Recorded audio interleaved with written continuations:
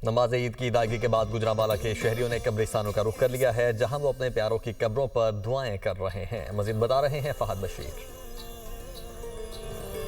आज देखें, मुल्क भर के दीगर शहरों की तरह गुजरांवाला में भी ईद उल फितर मजहबी अक़ीदत व एहतराम के साथ मनाई जा रही है।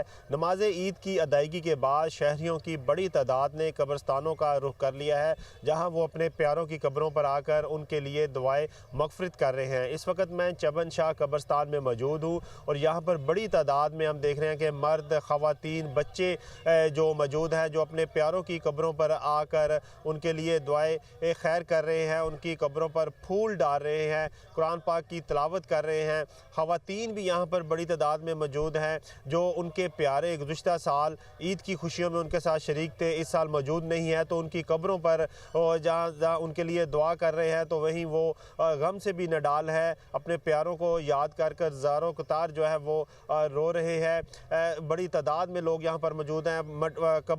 कब्रों की जो है वो मिट्टी से लपाई भी कर रहे हैं, फूल डाल रहे हैं। दुआओं का ये सिलसिला जो है वो ईद के तीनों दिन इसी तरह जारी रहेगा। जी।